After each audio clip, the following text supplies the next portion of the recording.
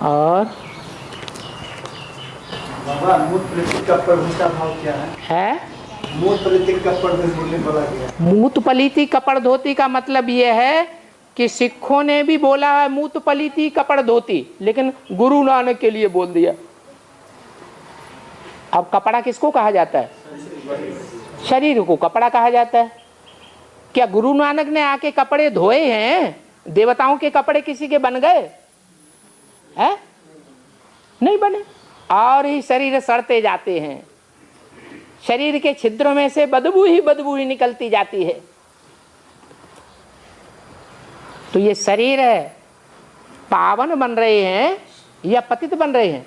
कपड़े धुल रहे हैं या और ही गंदे हो रहे हैं? और ही गंदे होते जा रहे हैं। ये गुरु नानक की बात नहीं है या कोई मनुष्य गुरु की बात नहीं है, क्योंकि दुनिया तो नीचे गिरती चली जा रही है। कोई मनुष्य गुरु कोई के भी शरीर रूपी वस्त्रों को धो नहीं सकता। आत्माएं भी पतित हो रही हैं और उनके कपड़े वस्त्र भी पतित हो रहे हैं।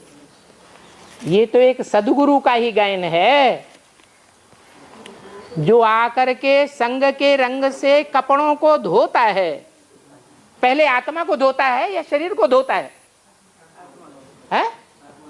पहले आत्मा को धोता है। तो अभी क्या, कौन सी रील चल रही है? कौन सी मशीनरी चल रही है? आत्मा को धोने की मशीनरी चल रही है या शरीर रूपी वस्त्रों को धोने की मशीनरी चल रही है? आत्मा को धोने की मशीनरी चल रही है।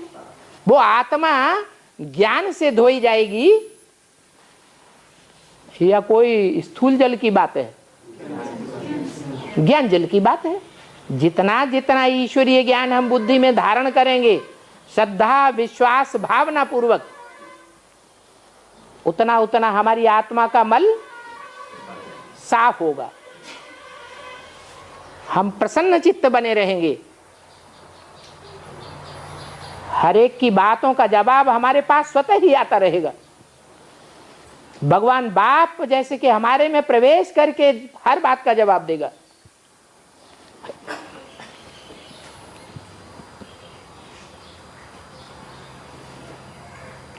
तो मूत पलीती कपड़ धोती का मतलब यह है कि मनुष्य आज मूत पलीती बन गया है, भैंसे की तरह। जैसे भैंसा कीचड़ में लौटता है या गैंडा कीचड़ में लौटता है, ऐसे ही मनुष्य की बुद्धि कीचड़ में लौटने वाली बन गई है।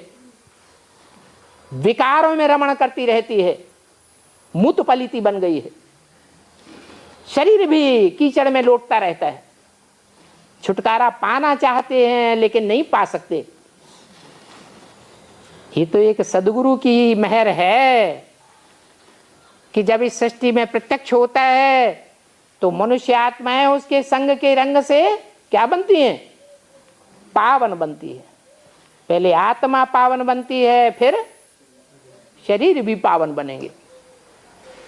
अभी तो शरीर सड़ते जाते हैं और आत्मा पावरफुल होती जा रही। जो मुरली में बोला है कि शरीर सड़ते जाएंगे और आत्मा पावरफुल होती जाएगी। कब तक?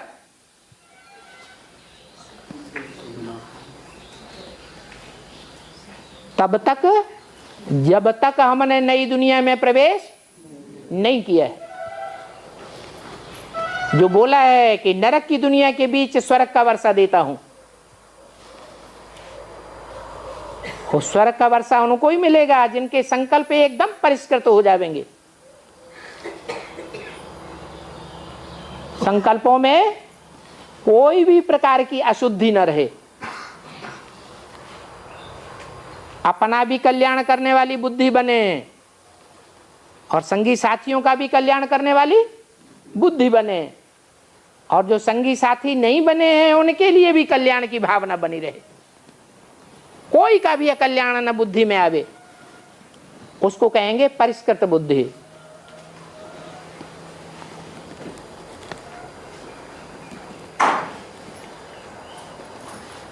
इसलिए बोला कि यज्ञ के आदि में भी ये धोबी घाट चल रहा था।